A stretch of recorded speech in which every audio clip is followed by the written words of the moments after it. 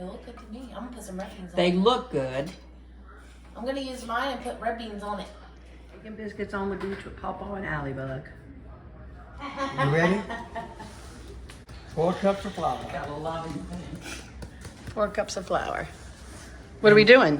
This is making biscuits, and this is not a good mixing bowl, but we're not home, we're on the road, this is what I got. Where are we? Orange Beach, Florida, Alabama. Alabama. We're in a condo. 4 cups of flour. What else? And 2.5 teaspoons, no, I'm sorry, 5 teaspoons of baking powder. This is all strange to me. Hey, at least they have them. You got your oven preheating? Yeah, What- 375. Okay. 2, 3, 4. That makes 5. Get this out the way. Give it a little mix. Salt, you need about a teaspoon. Give that a little swirl. I'm doubling the recipe because there's so many of us here to eat. I don't even know what the spoons are. Oh, here you go. What I need now, I'm guessing, let's say 2 hors d'oeuvres to that. What is that? That's shortening. That's 3. You said 2. No, 2, so. A little bit of this, a little bit of that. Do you have to mash that up like Mama does in the cornbread? Mm-hmm. That's what gives your biscuit the flaky taste. See? You just keep chopping until it looks cornmeal. The flour gets kind of flaky. Let me get it. There you go.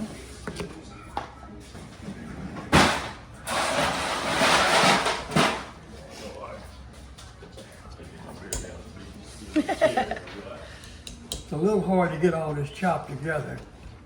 You can throw it in the blender, but Have you ever?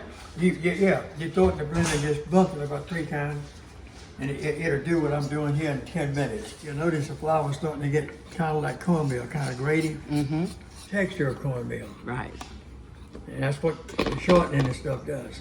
How much milk do you normally put in your biscuits? 3/4, but this is double thing. Hey, that was perfect. No, I need a touch more than that. This is going to become real sticky, real sticky. Been out in the water all morning. You tired? Yeah, I'm tired. My legs are hurting. 81 years old out there frolicking with the kids. Look like you're having fun. I was until I burned out. It's all gonna be in this one pan. Yeah, oh yeah. So a typical batch that you make is about half this pan. Oh yeah, 'cause I see how it's starting. It's how sticky it is. Mm-hmm. That's not bad at all. Now here's the fun part.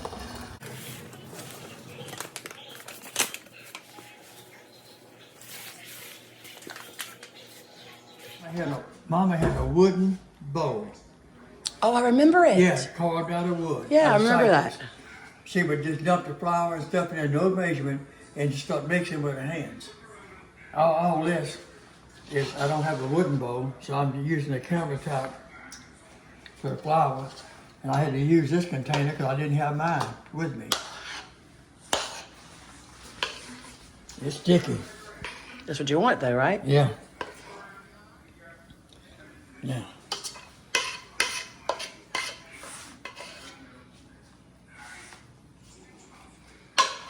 I still got Mama's bowl at the house. I can't use it anymore. I have this form of jewelry, but I still own it. Now here's the fun part. A lot of people use flour. Look, I like grease. I'm just gonna stick. Now we can play with it. You need a roller? They might have a roller. No, I don't want to roll it back. You never use a roller, even at home? It's still sticky. Do you want it to be sticky? Oh yeah. Oh, okay. It's gonna be sticky. Oh, okay.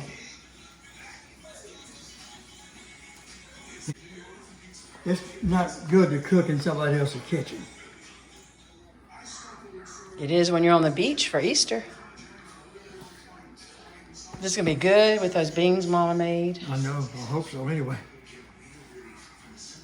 And what's your goal? What are you doing? they call it kneading. When you've eaten biscuits, it's kind of when you open, it's like flaking. Mm-hmm. That's the fold. Every time you fold it, it's supposed to be like a layer. Kind of adds air or something? Yeah, it adds. I'm not sure why.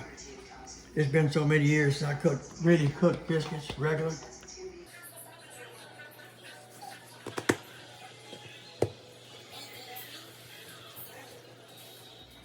I've kneaded it into a ball. And you can kind of handle it now. Now,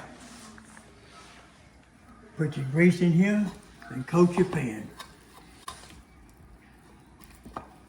You put flour in there too? Oh no, just the grease where it'll brown the bottom of them real good, and it don't stick too Look at bad. this shell from the beach. Now the book says, you lay it out 1/4 inch thick and cut it with cutters and all, and do all that good stuff. What I do is this.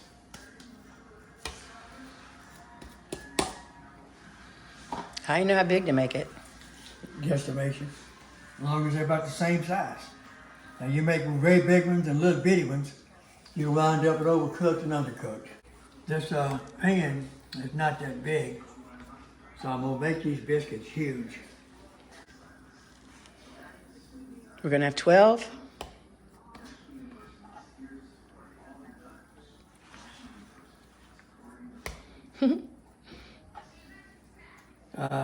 They're gonna be way thick. They're gonna be huge biscuits. Hope they get done in the middle. Well, they'll get done.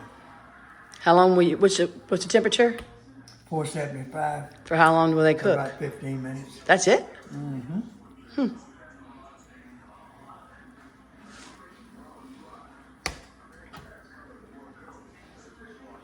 if you can't have fun making them, ain't no use making them. All right, get tight there. You'll squeeze another one in there? I'm gonna have to do it. Mm-hmm. They're gonna be big biscuits. Oh, we're making 13. That's an unlucky number. 1, 2, 3, 4, 5, 6, 7, 8, 9, 10, 11, 12, 13. It's a baker's dozen. A baker's dozen, right? It is. Now I gotta clean this mess up. Where's my oven? Oh, this picture going the oven. It's on 465 right now.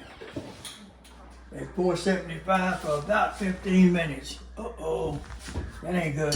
What happened? The racks are in the wrong place. Oh, well, what's wrong? Well, there's no room to put it. Careful. That's gonna burn my hand, show the world. And I'm losing my temperature. You want to know about the middle rack? About the middle rack, I'm gonna put it on 17 minutes because I lost most of my heat. How you set the timer? Who knows? They gonna come eat biscuits. They'll be ready in a few minutes. Daddy's favorite thing to do. Eat his biscuit, read his book. On the beach.